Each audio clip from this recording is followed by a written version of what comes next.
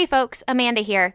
Just a quick heads up that from time to time, the Survivor's Guide to Thriving podcast does include some adult language. So if you've got kids with you, you may just want to hold on to this episode to listen to a little later. Enjoy. Hello, and welcome to this episode of the Survivor's Guide to Thriving podcast. I'm Amanda Solman, and along with Mark Jewell, your host for this show and the creator of the Surviving to Thriving movement. Each week, we'll dive into the mindsets that keep us in survival mode and learn how to get on the path to a truly thriving life. If you're looking for a wake-up call and want some valuable tools to get there, you have come to the right place. After all, survival is dead. It's your time to thrive today. Now, let's head over to the show.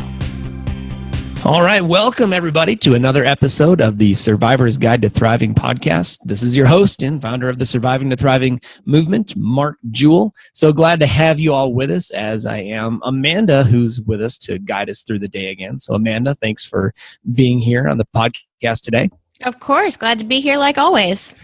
All right. I'm excited to get into this topic today because the next series that we are digging into really is the cornerstone for everything that I believe, everything that I do in my work as well as in my life. So to start this off, I want to take you guys back with me to a time not too terribly long ago, just a few years ago.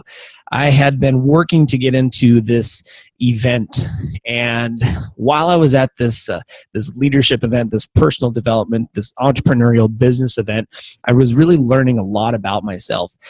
What happened is we were going through this kind of meditation, this exercise to help ourselves understand where our behaviors come from. And if you ever come to one of my programs or hear me talk, I talk a lot about the 95%.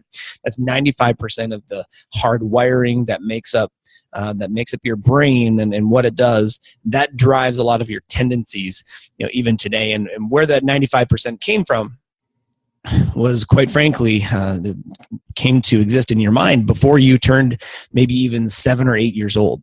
So you didn't have a lot of control over it. And as we're going through this exercise at this event, what I learned about myself as I was reflecting on my past is that a lot of my history was from a time in my family life where we were operating in survival. My dad had cancer. We had financial survival. We were losing our family business or almost losing the business. There was a lot of financial strife in our life and in physical health things.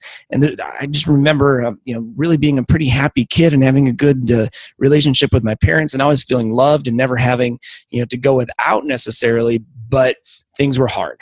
Money was hard to get. It was not likely to have a really big Christmas list necessarily because you just never knew. I think my parents never knew where the money was going to come from. I even have a distinct memory of being at the food shelf or the food pantry because we needed to rely on the generosity of others. So as I'm reflecting on this time in my life while I'm at that event, we kind of came back and we started debriefing, what does this mean? How has this impacted you and created who you are today? And I recognized in that moment that so much of my life, so many of my decisions were dictated by the hardwiring that had gone into my brain during the early years of my life when we were operating in financial and physical survival. So what did that mean to my life at that point? Well, what had manifested in my life by the time that I turned maybe 28, 29, 30, 31, 32 years old was, guess what? Physical and financial survival. Operating in survival mode, just trying to get through the day, just trying to keep a smile on.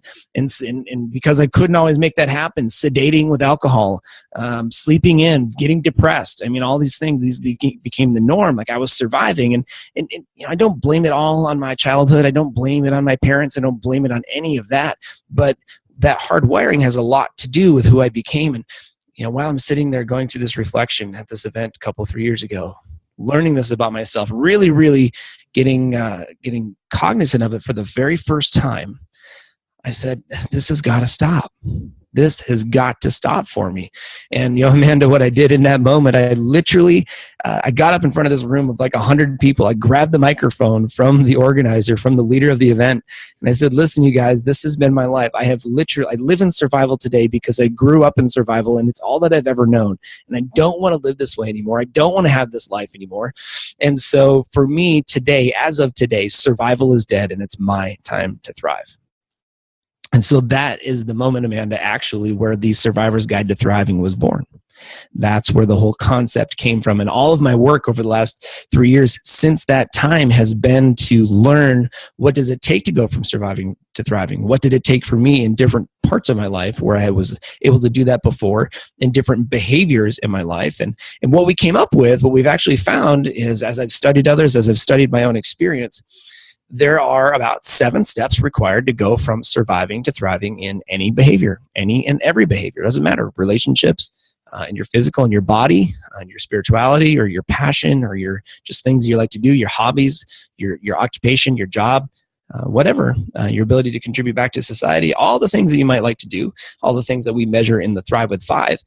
And it just boils down. There's 7 steps, and I can teach anybody the 7 steps. And if you let me work with you on the 7 steps, I can literally help you stop surviving and start thriving today. So what today's episode is about, Amanda, is really about what does survival look like? The first, in order to begin the process to go from surviving to thriving, we have to be authentic. We've got to be real. We've got to understand, what does it look like to be in survival mode? So how does it sound if we start off there?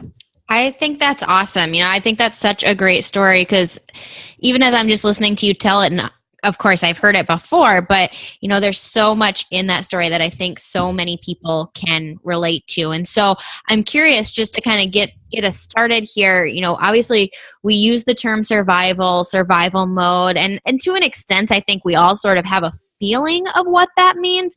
But when you look at it in the context of those 7 steps, or in the context of the Survivor's Guide to Thriving, how do you define survival when you're out working with people?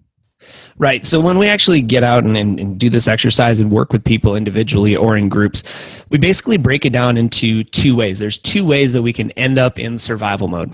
And one is kind of that thing that was driven by maybe your that hardwiring that happened to your brain or happened in your life early on in life. And it shows up as what I call unknown potential, or UP. Okay.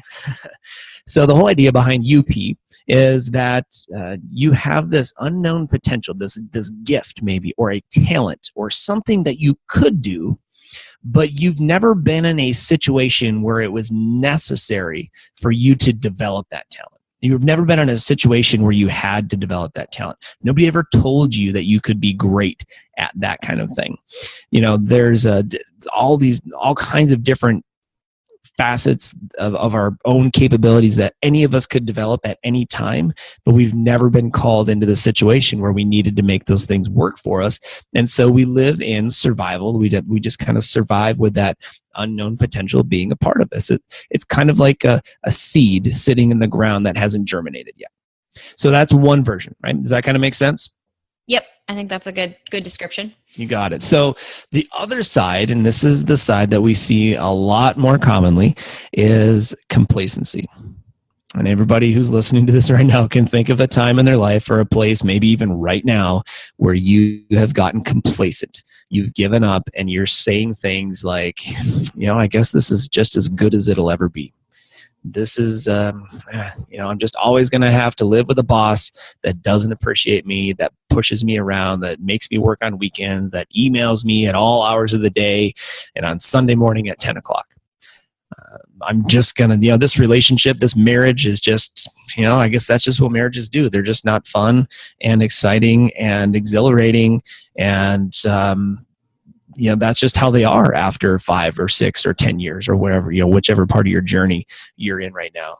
You might be thinking, in my body, like, man, I just, this is just what it is. I just live at, in this body, and I just can't get into shape, or I just can't have the body that I want. Right. So these are the stories that we tell ourselves. And the reason we end up getting complacent is because we've compromised so many times, little by little, It started off, it wasn't always that way. Let's take marriages as an example. In the first year or two, usually, things kind of operate pretty good. You meet the person, and you want to be with them. It's fun to be with them. You date, you get each other gifts, flowers, you do a lot of things together. You like being together. And then what happens? It doesn't take too long, but you get a year, 2 years, 5 years or so into the relationship, and all of a sudden you look up one day and you're thinking, who in the hell is this person that I'm married to? and it's like, why don't they like the same things that I like anymore? Why don't we like to do anything? Why am I always in trouble with this person? Or why do I always feel like I'm letting them down? Or why are they always letting me down? Why are they always breaking agreements and missing deadlines and all this kind of stuff for me? And so I may be describing my own situation prior to my wife and I going through a little bit of revival in our own relationship a couple years ago, Amanda. But that's one of those areas where, it's anything in life that was operating well, operating better at a certain point. And then because you got too busy to make it to the gym anymore, your body started to slide backwards a little bit, right? Or because you had some kids, you just didn't have that time to invest in your relationship anymore. Your job was so demanding that you just didn't have as much time to spend with your significant other, your dogs, your kids, your whatever, and life just kind of got out of control. And you're like, well, this is just what's required of me. I just don't have time to invest in me anymore, or in my relationships, or in others, or to contribute, because my job just demands that I'm busy all the time. Right? And so that is just what it is. And so we get complacent with ourselves. And guys, let's be honest with ourselves. We all do this every day in some area. You may be operating at a higher level than others, but in some way, shape, or form, we do this because largely we're hardwired to just accept the norm that life has to be hard, life has to be busy, busy, busy, and that just is what it is. So how's that for your definition there, Amanda? No, I think that's a very, very thorough definition. Actually hits on several of the points that we wanted to talk about this week. And I know it's actually going to be kind of hard to talk about some of these things without trying to jump ahead to some of the future steps in the pyramid. But I guess a question that I have is, as you look at survival mode, and you've mentioned it a couple times here, right? Like, we accept that things are hard, or we accept that things are just always going to be the way they are, even if they're not good. But what does it look like? Because one of the ways that I sometimes think of survival mode, and maybe that's just because this is more of my own experience in some areas